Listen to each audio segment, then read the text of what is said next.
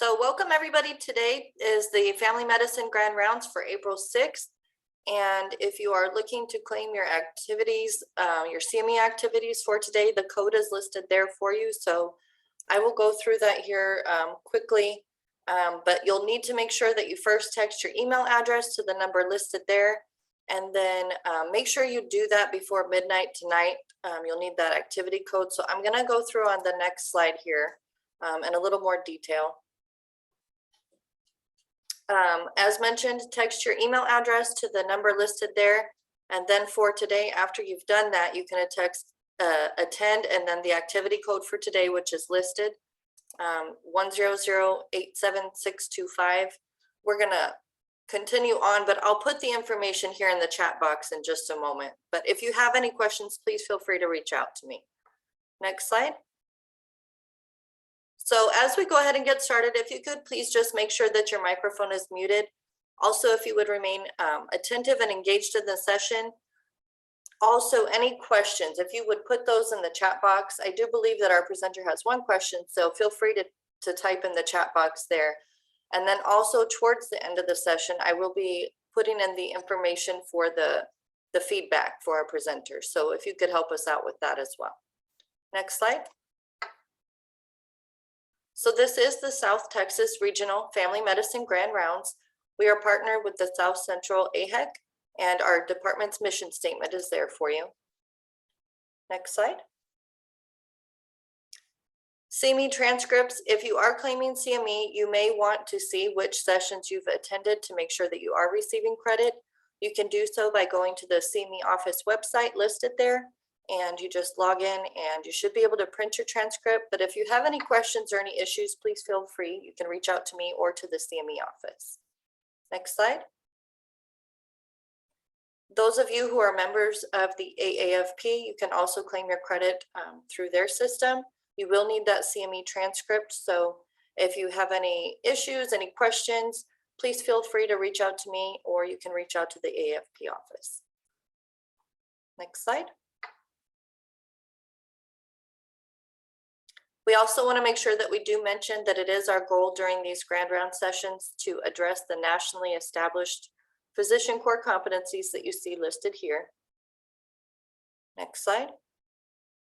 So we will mention that Elisabeth Owen and Dr. Obeid have no financial relationships with ineligible companies to disclose. Next slide.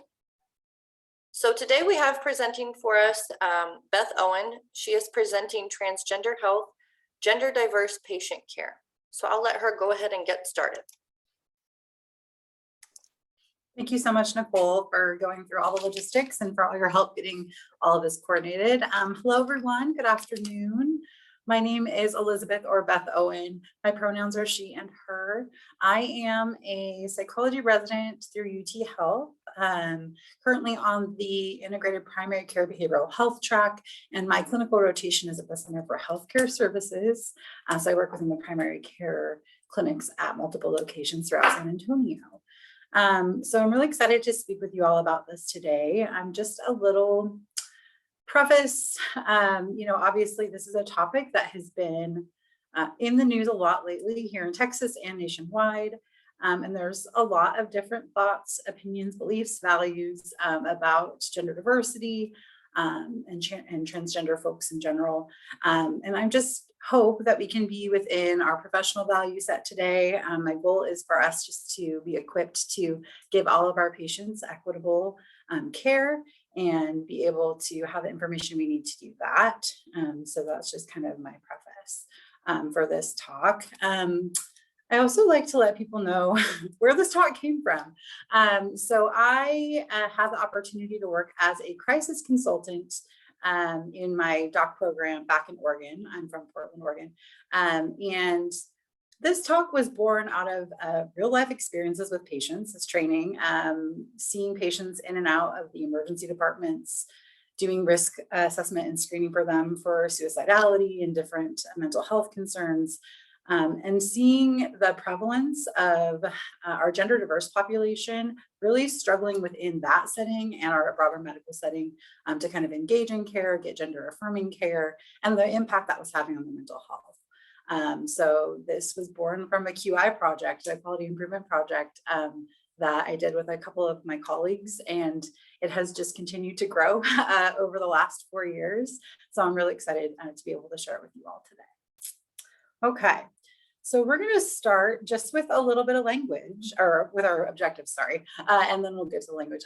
So today my goal would be that we'll be able to define some general concepts related to gender diversity and language surrounding gender diversity, gain an understanding of the experience of gender diverse patients in mental health and medical health, and then summarize the research regarding gender diversity and mental health. And then lastly, really some practical solutions and strategies that you all can be thinking about in your various clinical settings to increase affirmation.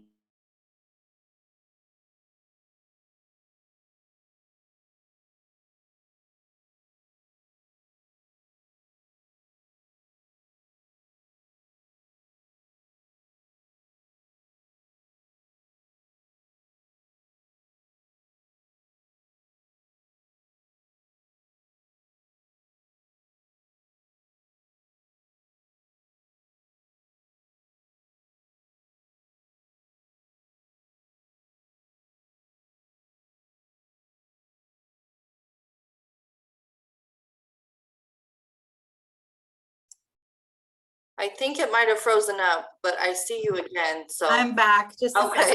second. I got kicked out. Hold on just a second. Okay, You see that, Nicole? I can, we're good to go. Okay, perfect, wonderful. Okay, so again, shared lexicon, just trying to give a little bit of context, some of the things when I'm talking that, you know, we can have a mutual understanding. So when I say LGBTQ, IA, 2S, these are kind of the identities that I'm referring to. Anytime that you see these little QR codes within the presentation, you can simply just hover your little phone camera and it will open up a link. So that is a link to a glossary that has even more language about different identities that fall within the LGBTQ plus community. The other thing that I want to kind of think about on this slide, we're talking about identity today, right? We're talking about different identities. It's always important to consider where we stand ourselves when we're thinking about things like this. So, you know, I myself am a cisgender white woman. I do identify as queer. You know, I am a psychology resident. So just like the space from which we actually understand the lens that we have for these things is important for us to kind of consider as we're talking about these different aspects of identity. So just wanted to invite you to kind of think about that, where you stand, what identities you might hold that might kind of shape the way that you view this information as well. Okay, a little bit more on language. So you might hear me talk about being closeted. That just describes a person who is not open about their sexual or orientation or gender identity. It could be with everyone, anyone, themselves, just not fully open. You might have heard coming out, kind of a process of self-identifying, self-acceptance that often entails sharing different identity markers with other folks. And then there's a newer concept you may or may not have heard called inviting in.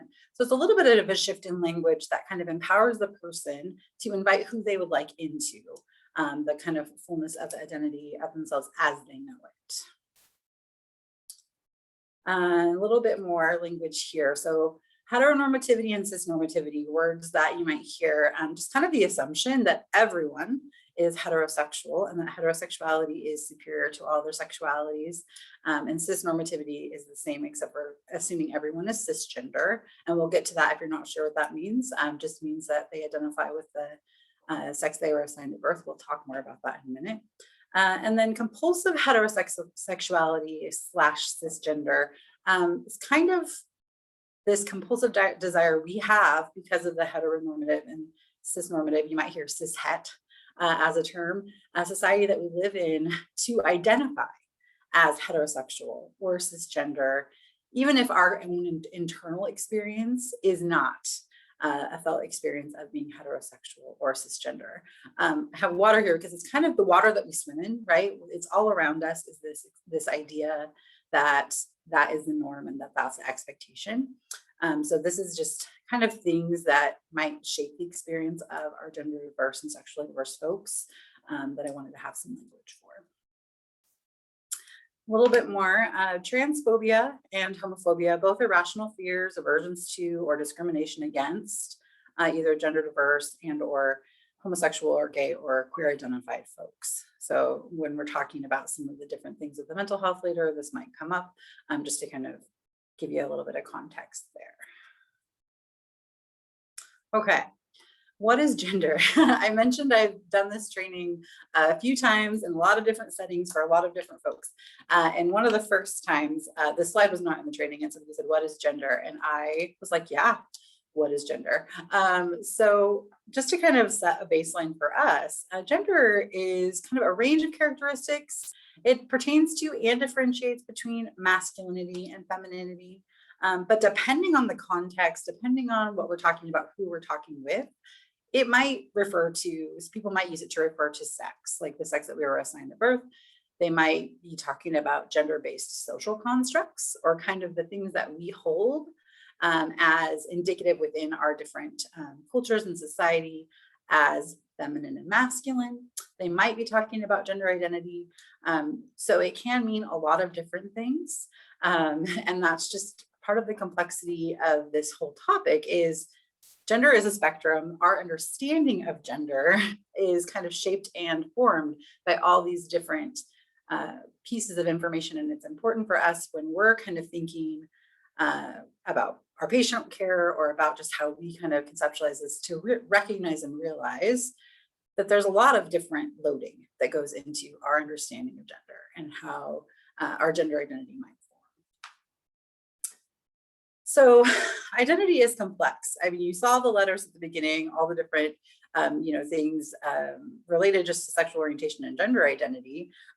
There's a lot of different pieces and a lot of different parts of our identity when it comes to gender that we have to kind of understand as separates and also how they all kind of come together as, to form that whole person. We're going to go through all of these. You don't have to feel like you have to look at, see what all of them are, but this is just kind of a visualization of how all of these different intersecting identities, it can get complicated. Okay, so when we talk about gender identity, we're talking about a person's felt sense, so internal felt sense in relation to their gender. So this is kind of when someone thinks about their gender, when they're internally considering gender, what they feel. So this is not by any means an exhaustive list of different gender identities, but here are some common ones that you might hear or see. So transgender simply means that that person does not identify with the gender that they were assigned at birth.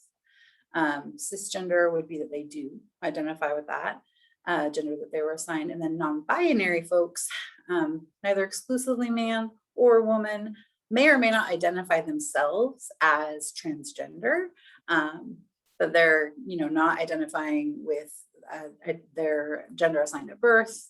They're not identifying with exclusively anything. And then a gender fluid person, their identity might vary over the course of time. Day to day, they might kind of have different felt senses of their own gender. Okay, so as I said, that was not at all an exhaustive list. This is kind of the transgender umbrella. So under the transgender umbrella, we have trans woman, trans man, and then we also have non-binary, which is the term that I had said earlier, doesn't exclusively identify man or woman, and there's a myriad of different identities that fall underneath this. You see gender fluid there. You also might see that some agender folks that are going to maybe not identify necessarily with a sense of gender, gender flux. So there's lots of different terms and lots of different identities. No one is going to expect us to know all of these all the time. Every time that I prep for this presentation, I learn new different gender identities that I didn't know before. I think it can be intimidating for us though, as clinicians who want to kind of feel like we can study it and know it when there are things that are in flux and that kind of change. and the language around gender identity does change as people are exploring and becoming more accepting over time. So my encouragement would be not to get stuck in feeling like you're ever going to know, because I don't know. And I pay a lot of attention, right, to the different things, but feeling like you always have an opportunity to learn. So if a patient uses a term that we don't know, having the opportunity to, you can ask them what that means to them, but then also be able to look yourself, Google, have some resources, which I have later on, to kind of learn more, but not feeling paralyzed that you're going to have to know every single term ever that comes up. A couple other things that you might hear as kind of overarching terms for the community in general. So you've heard me say gender diverse quite a few times. That just kind of refers to everyone that falls underneath this wider umbrella of non-cisgender folks. And then you might have heard before TGNC, which is transgender and gender nonconforming, or TGNB, which is transgender and non-binary. So you might see and hear combinations of those different terms. At this point, you're going to hear different terms from different people. I personally have chosen gender diverse. It seems to be the most inclusive to me, and kind of captures everyone underneath that umbrella. But if you hear /use TGNC or TGNB, those are also acceptable terms for the kind of larger community. Okay, you've heard me say this a couple times, gender or sex assigned at birth.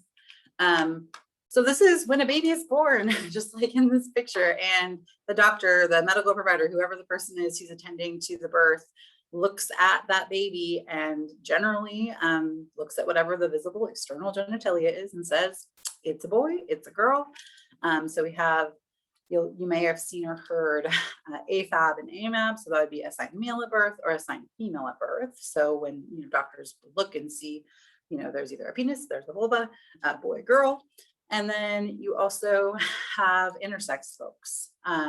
So intersex is a naturally occurring variation of sex characteristics, reproductive anatomy, chromosomes that don't fit kind of within that typical binary definition of male, female.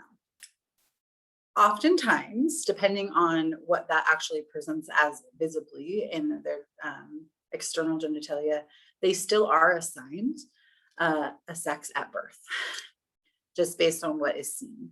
There have been lots of talk and lots of advocacy for some different surgeries and choices that are made for these folks. Sometimes when they are born with ambiguous or different configurations that they have been chosen and assigned to be male or female, and then comes up later in life that choice was made for them as an infant. So this is something just to kind of know about, is the intersex community has had some serious trauma in the medical community as far as just that goes, and there's a lot of advocacy work going on to try to kind of stop and help with that. Okay.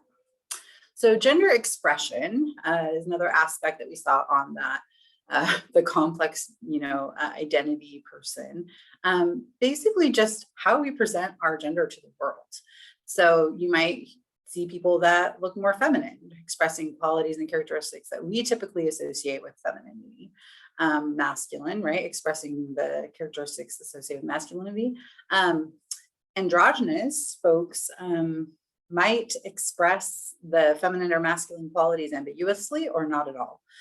So there's a wide array. This also, just like our gender that we said at the beginning, is a spectrum that people might actually present in different ways depending on what context they're in, whether or not they are out of the closet to the people that they're around as far as their gender identity goes, level of safety. So this can really vary depending on the person and kind of what their situation is, but it is just an aspect of their felt sense of their gender identity.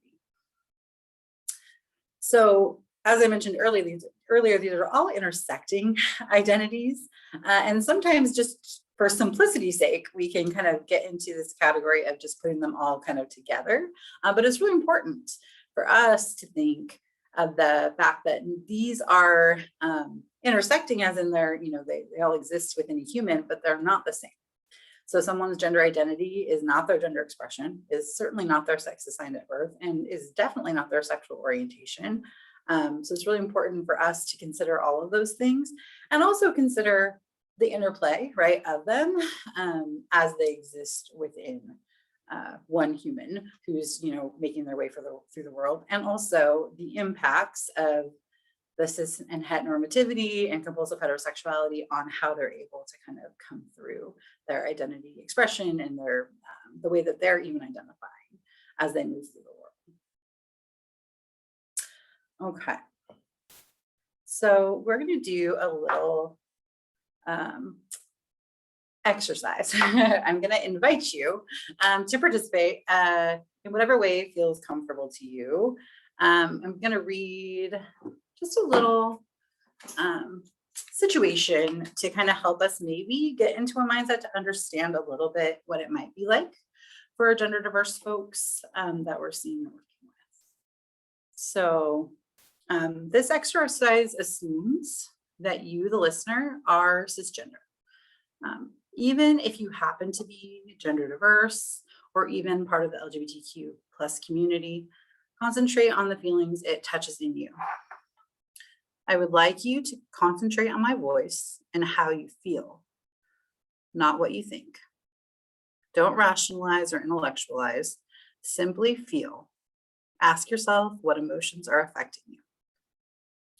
Find a comfortable position and close your eyes if you feel comfortable. Let your body relax. Notice your breathing in and out, in and out. Relax all the muscles in your body. I'm going to ask you to imagine a world that's quite different from the one you currently live in. Because it's different, it requires you to stretch your experience. Let yourself experience and imagine as fully as you can, rather than judging yourself for what comes up. Just notice and record in your mind without editing. If you feel pressure to edit, simply notice that you have the feeling. If you become distracted at any point, just notice that and return to the process. The more you can be with your experience, the more you will get out of this exercise. It can be difficult for people who are not gender diverse to imagine what being gender diverse feels like.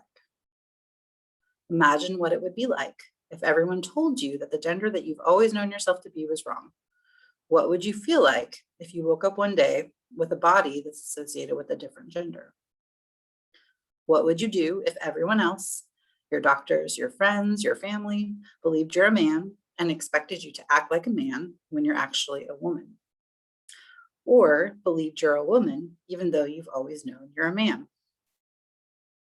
How does it feel to know that you can never raise children because society tells you that you are harmful to children and awards them only to transgender individuals? How does it feel to know you might lose your job, your apartment, your health insurance, just because someone suspects you of being cisgender and to have limited protection from the law? How does it feel to be assaulted, but not be able to go to the police about it? How does it feel to be always aware of what you say, of how you act, aware of things that you have to do in order to be considered transgender, aware of things you would never dare do because you might be suspected of being cisgender? What does it feel like to be asked and have to answer questions like, what do you think caused you to be cisgender? When and how did you first decide you were cisgender? Is it possible this is just a phase you might grow out of? If you've never tried to be transgender, how do you know you wouldn't prefer it? Your gender identity doesn't offend me, as long as you don't try to force it on me.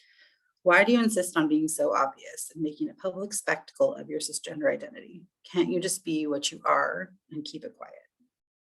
There seem to be very few happy cisgender people. Techniques have been developed to help you change if you really want to. Have you considered conversion therapy?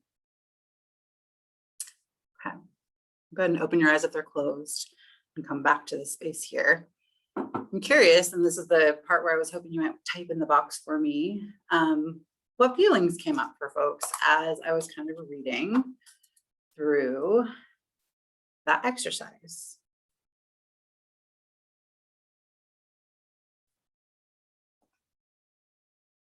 Frustrated, confused, annoyed, angry. Yeah, thanks, Ellen. Living in constant fear. Yes, thank you, Amy. Others. Invalidated, isolated, confused, fatigued. Yeah, vulnerable, misunderstood, living in fear. Good. Any others come up for people?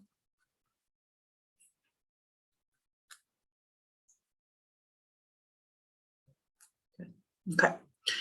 So even if you didn't have a chance to type in the chat box, I would invite you to kind of think a little bit on the things that came up for you while I was reading through the exercise, and kind of just consider if that was your experience, your lived experience, or maybe it is for some of you, your lived experience, how that might impact how you feel as a human in the world, and also, coming into a healthcare setting, and how that might impact you.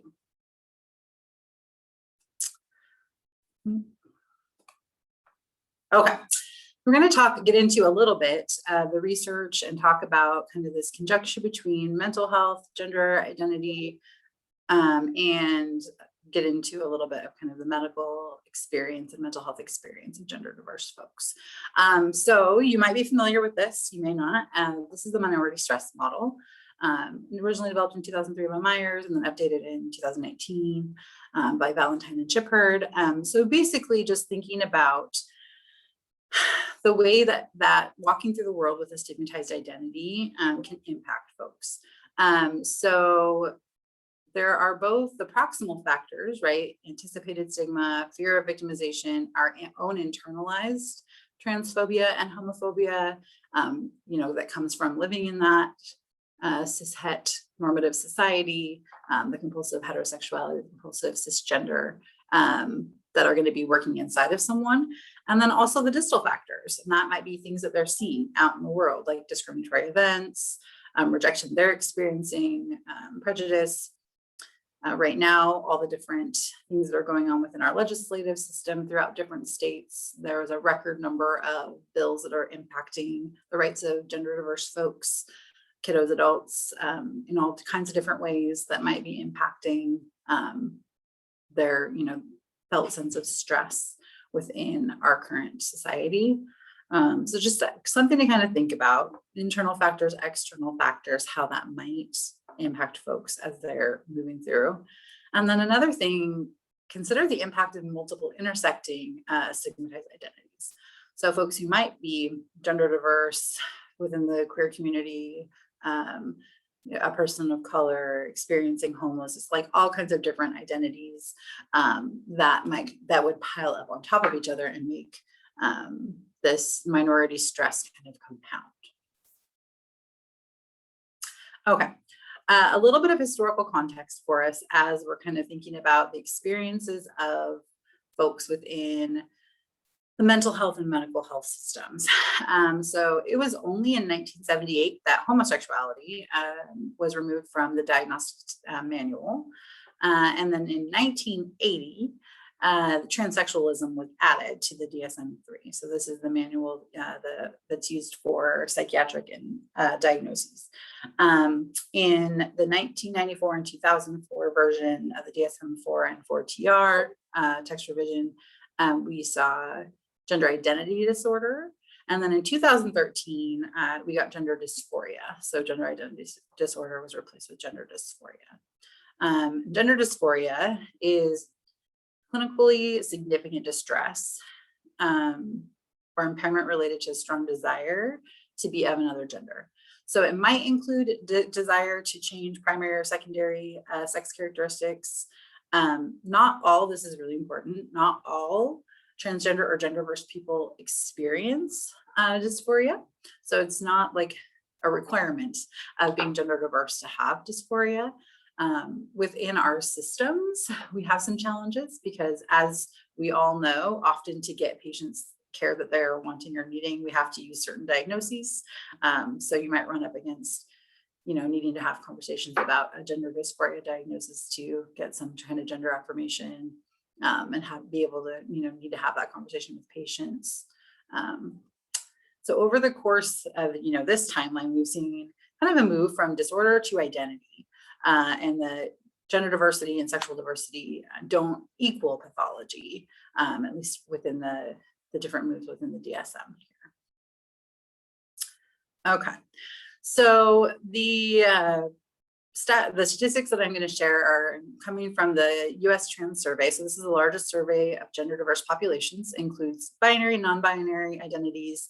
They were 16 and older. They had 28,000 respondents. We were supposed to get an update in 2020. And as with many things, COVID kind of got in the way of that. So we're still kind of waiting, but it's anticipated that we'll get the new update now in 2022, hopefully.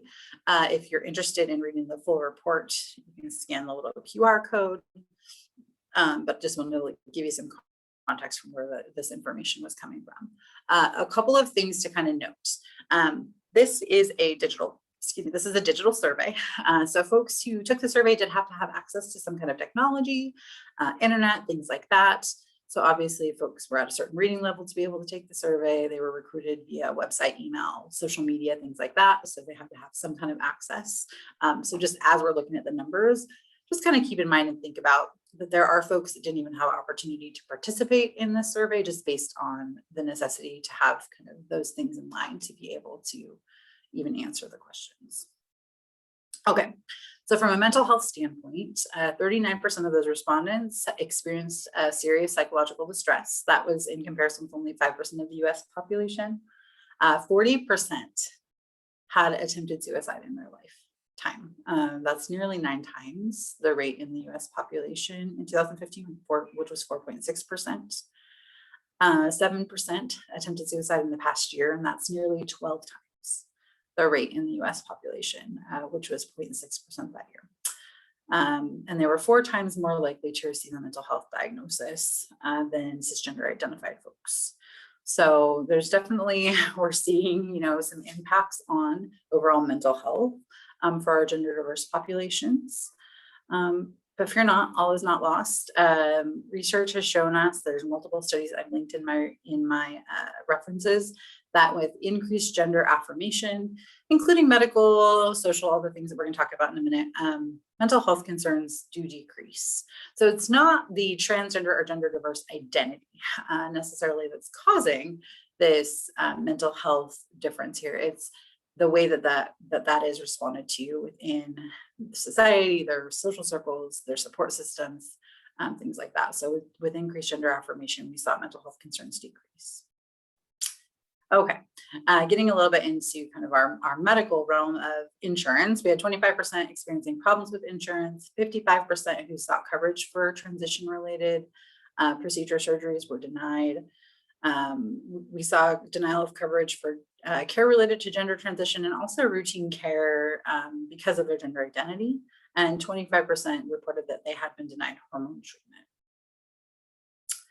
And then specifically within healthcare, 42% of the respondents reported that they had been mistreated by healthcare providers.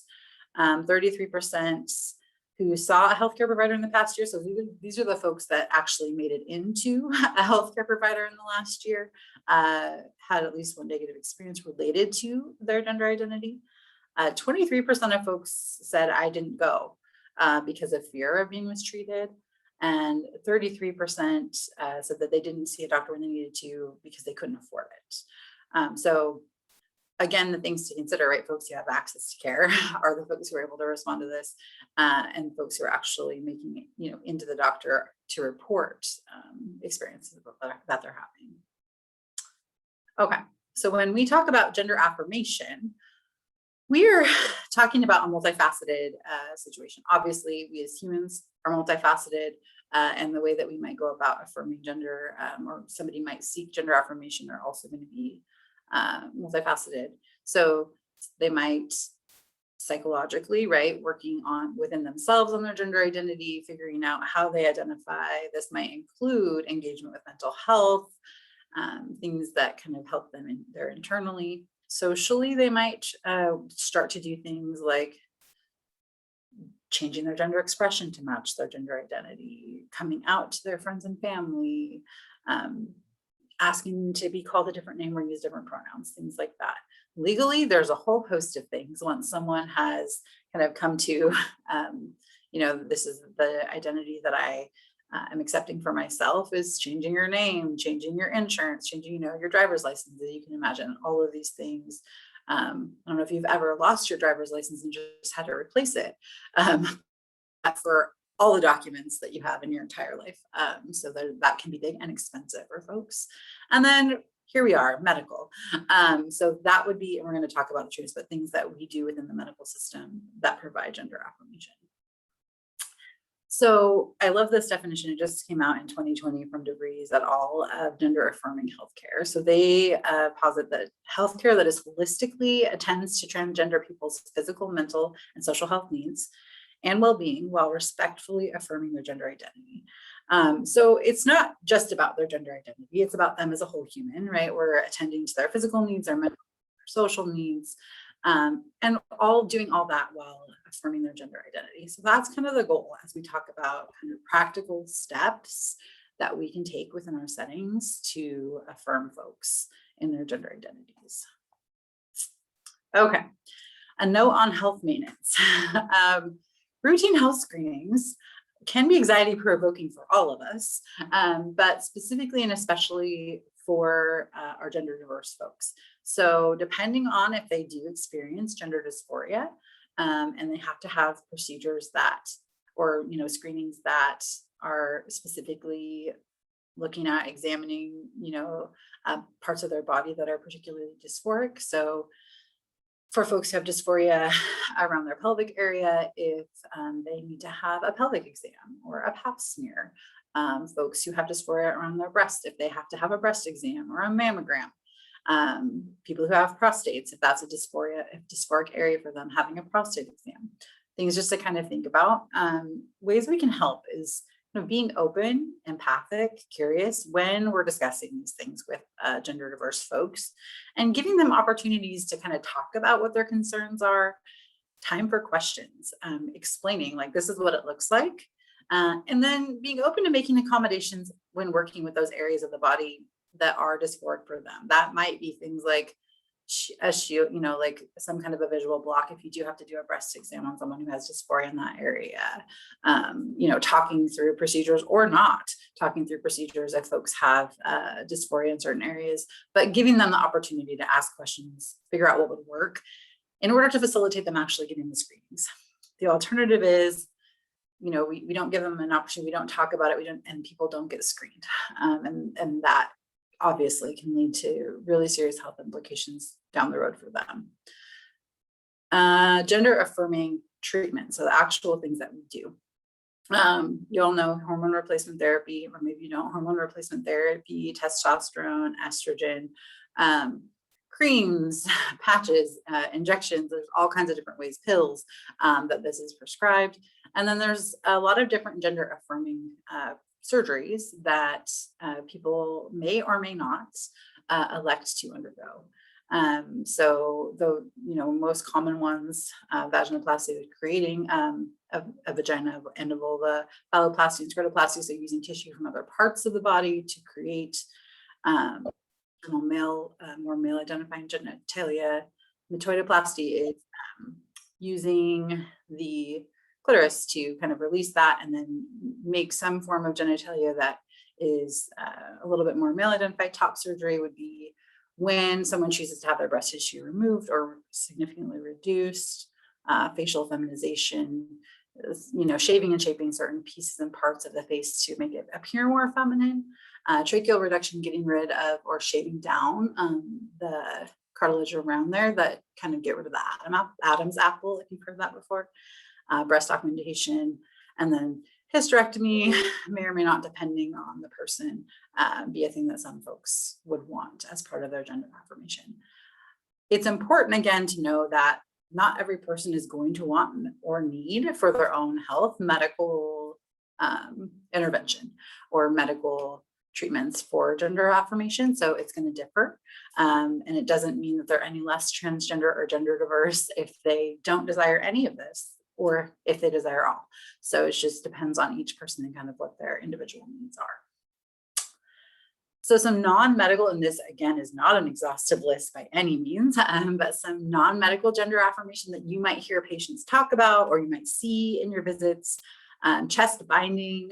So these lovely humans in the background are wearing chest binders, just used to kind of flatten, reduce the appearance of breasts, and create kind of a smooth chest area, tucking, and kind of, tucking the penis and other genitalia to create a smooth area there. Things to kind of think about with those two things is that there are some medical complications that can exist if people do those incorrectly. So if you do hear of a patient that is binding their chest or is tucking, it could be a thing to just make sure that they know and have looked into resources to do that safely, because it can be dangerous if done incorrectly, if they don't use appropriate things. So just something, if you hear those words, to kind of be thinking about. People might want hair removal, either laser or electrolysis, vocal training. So when folks take testosterone, their voice will lower. When folks take estrogen, we don't necessarily see like a significant change in their vocal tone or their, the depth of their voice. So there is vocal training that can help people practice if that is an area of dysphoria, to have a deeper voice. And then, gender affirming clothing, hair, makeup, that gender expression piece we talked about earlier is another way that people will affirm their identity in a non-medical way. Okay. Gender diverse kiddos. I live in Texas, just like most of you do, I'm sure. So you know that there's been a lot going on. This is just a blip. We're not going to go into any and all of that kind of stuff. Obviously, your own ethical guidelines, supervisors, all the different legal things for your own discipline is what you should do. But this is just kind of a little bit of information. So it's really hard to find statistics about the prevalence of gender diversity in kiddos, because we quite simply don't ask the question in a lot of different avenues consistently. We are more and more, but it just hasn't really happened. So the information that I found that I've been using comes from the CDC Prevention Youth Risk Behavior Survey, which was in 2017. They found so these are 13 to 18-year-olds. Within that population, it was done through high schools all throughout the country. There is a lot of different information about gender and sexuality within that survey. But they talked about within the gender identity, they saw a 1.8 prevalence rate of them reporting gender diversity. So previously, the kind of number that we had used was an extrapolation of, okay, if this is the rate within the adult population, it was 0.7%.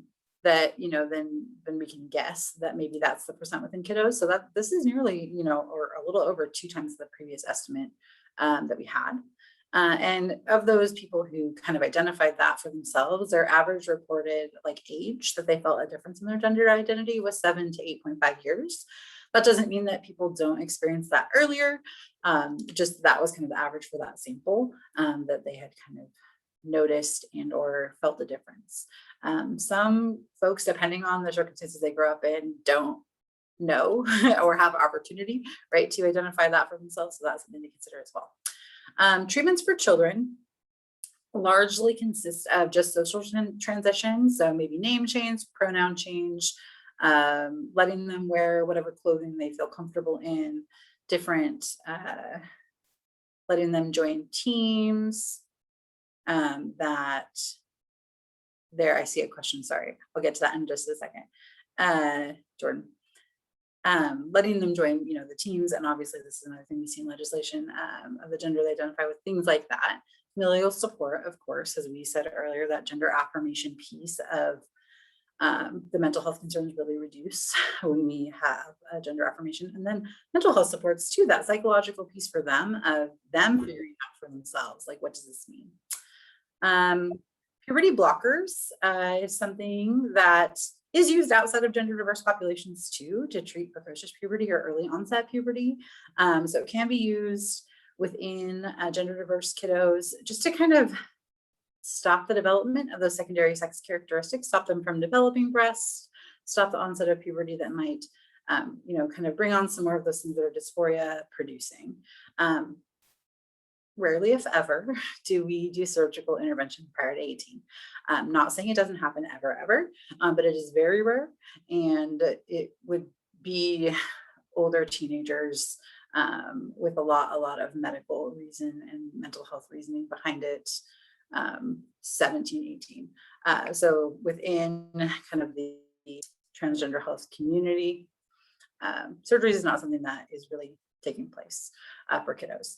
If you want to take a look, the American Academy of Pediatrics has a policy statement they put out. You can scan our QR code here to kind of take a look and see what their treatment recommendations are for kiddos. I'm reading your question, Jordan, just a second.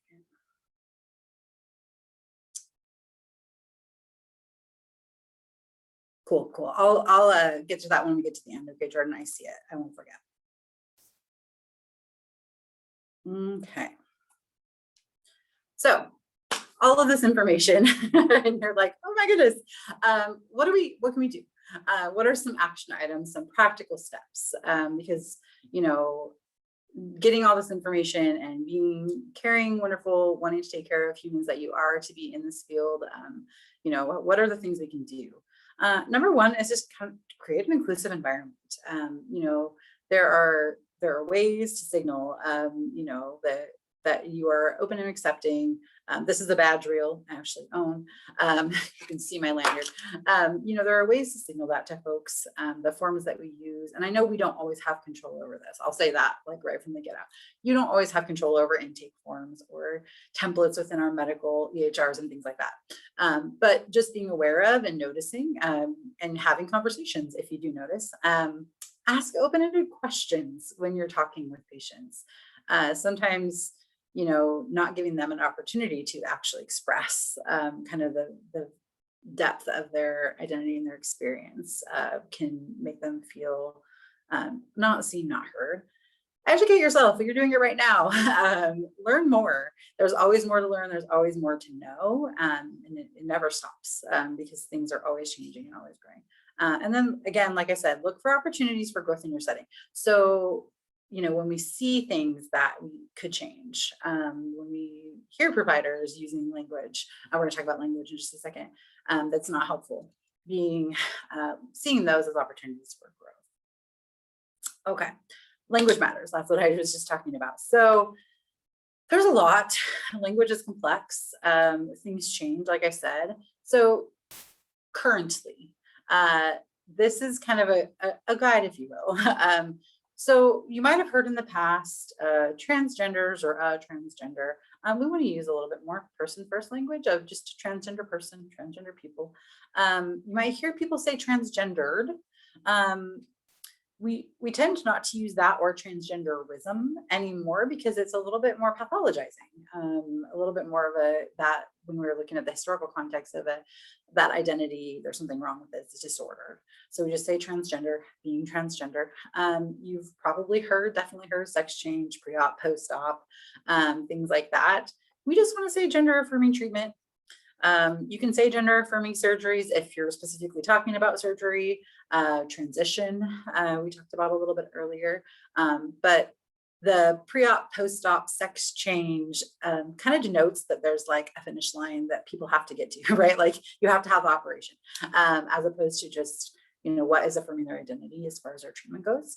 And then you've probably heard biologically male, born male, genetically male. We just say what they were assigned at birth. That not only accounts for the fact that some of those folks that were assigned at birth are actually intersex. So they would maybe not biologically or genetically, they might have characteristics of both sexes, but also just kind of get sort of that pathologizing language as well. Okay, let's talk about pronouns. So always use the pronouns the person identifies with. I know this can be tricky. We want to either say correct pronouns or just pronouns. So we're not saying it's preferred as in like it's optional. Using correct pronouns, affirming identity in that way is really important in affirming a person's identity and can be really distressing and dysphoria producing if we're not doing it. If you don't know which pronouns to use, you can ask. I introduce myself to all of my patients and say, my name is Beth, my pronouns are she, her. I either say which pronouns you use, or I say, what would you like me to call you? Just to give an opportunity. And it's also, let's be cognizant of who's in the room, just especially if we're talking about kiddos, because, if there's a parent that they're not out to, that difficult as well. If you mess up, and you probably will because you're a human, right? If you've been working with a patient for, months or years, and they come to you and say, hey, my pronouns are he, him, you might mess up. Correct yourself and move on. What we don't want to do is make a big apology where they feel like it's necessary to take care of us. Just correct yourself. Oh, I'm sorry, he, him, move on, or he, move on.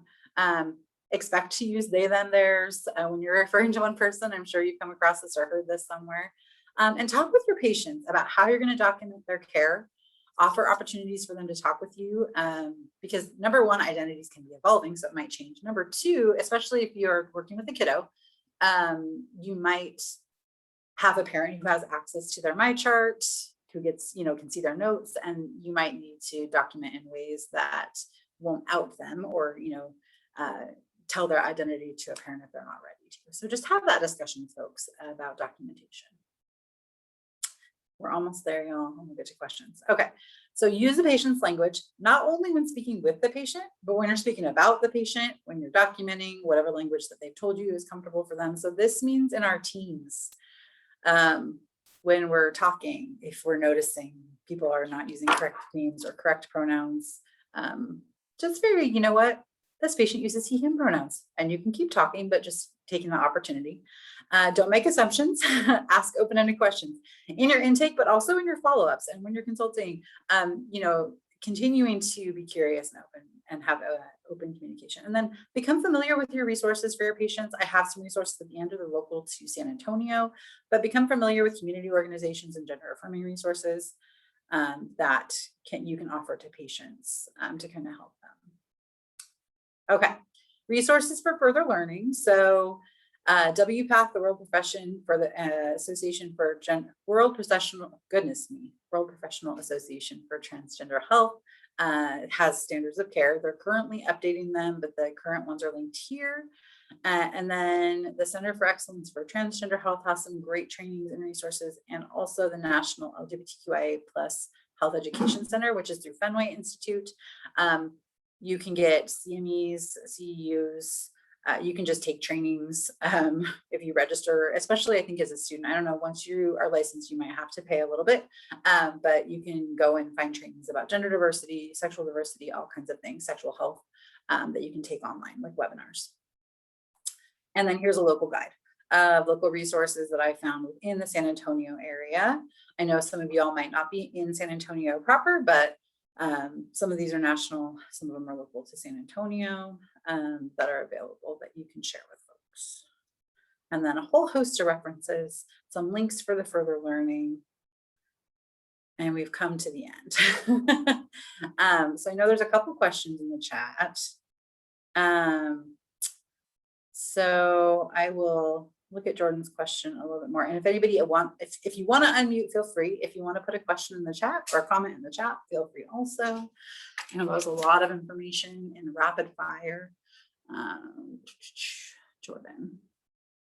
So I might need help, Dr. O, on UT/UHS's current, because asking if there's I see. I don't know if Dr. Kapoor is still here. I flagged Dr. Weimer's as well. If you all have any feedback into policy related topics related to Dr. Kampschmidt's question, would be great. If you could type in the chat box or unmute yourself, that would be great. If not, Dr. Kampschmidt, we can follow up offline for you. It's a great question. Yes, I will go back to the local resource page. And then while I'm doing that, there's another question. Do you have any recommendations about age? I think there's an age appropriate way to talk about it with any age kiddo. I think we listen for opportunities, and this is, I will caveat, this is my bias. This is my own personal opinion. What I've seen within research though, is that kiddos between 4 and 7 is kind of, like later in life, older adults, when you kind of ask, at what point, did you know, or did you have kind of a felt sense of difference? They often will say between 4 and 7. I was 6 when I realized that I was queer. I didn't know what it meant. I didn't have the language. But so I think that there is opportunity to have conversations. I think it just looks like making it known that there's a whole host of identities and that all of them are acceptable and accepted. And if they say things, be curious, help them understand. In the current political climate, it is scary. It is hard for folks, for kiddos specifically, to feel like they can talk about things, especially with providers. Their levels of understanding are varied. So I think it's depending on you, your level of comfort, whatever your current guidance is for your own ethical guidelines. But I think there's a way to do it with any age kid. Okay. Can I make a quick comment on that? Yes. Hey, Dr. K, I think that nobody's going to get in trouble for talking about any of these things. Even in the current political climate, I don't think there's anything in any state where just talking about it is going to get anybody in trouble. And I have not personally been trained on some of the like estrogen therapies and testosterone therapies. So it would be a bad idea for me to do it because I've never been trained in it. And so a good idea is to just, be open, talk about it. And then if they're interested in something like that, you refer it to a specialist, just like you would for any other complicated medical problem. Thanks, Dr. Fortune. I appreciate that. Okay. Well, I know we're like almost at the end of our time. If there's any other questions, I'm happy to chat or whatever would be helpful. The resource guide is here. Please feel free. I can email it. I don't know if Nicole, if you're able to send it out. Yeah, I was just gonna say, I'm happy to send that out. I know that I will also be reminding everybody about the feedback, so I can include the resources. Yeah. When I send that out, if you're good with that. Yeah, I'll send you the PDF because it's a little bit clearer. I just kind of screenshotted it so it could be a part of the presentation, but I'll send you the PDF so people can have it. And just feel free to use it. Give it to patients. That's wonderful. Okay, well, I think with that, unless anybody has any other questions or comments. No, I was just going to say in regards, because Dr. Ogbide said, in regards to the question that Jordan had, I know it's like Medicaid providers and funding and stuff, like I've had to sign forms and stuff here, and there's been issues with like abortion care and stuff, but I've never had to sign and never seen any issues.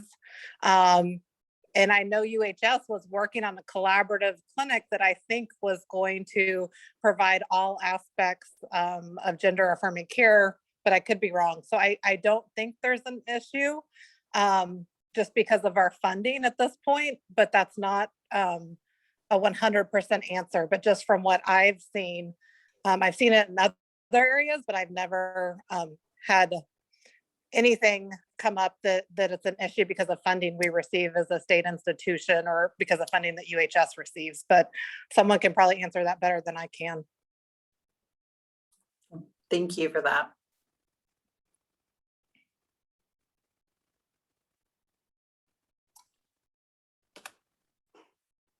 Okay, well, I guess with that, I will go ahead and I'll end the meeting, but thank you everybody for joining us. And thank you so much, Beth, for your presentation today. Thank you. Have a great day, everybody.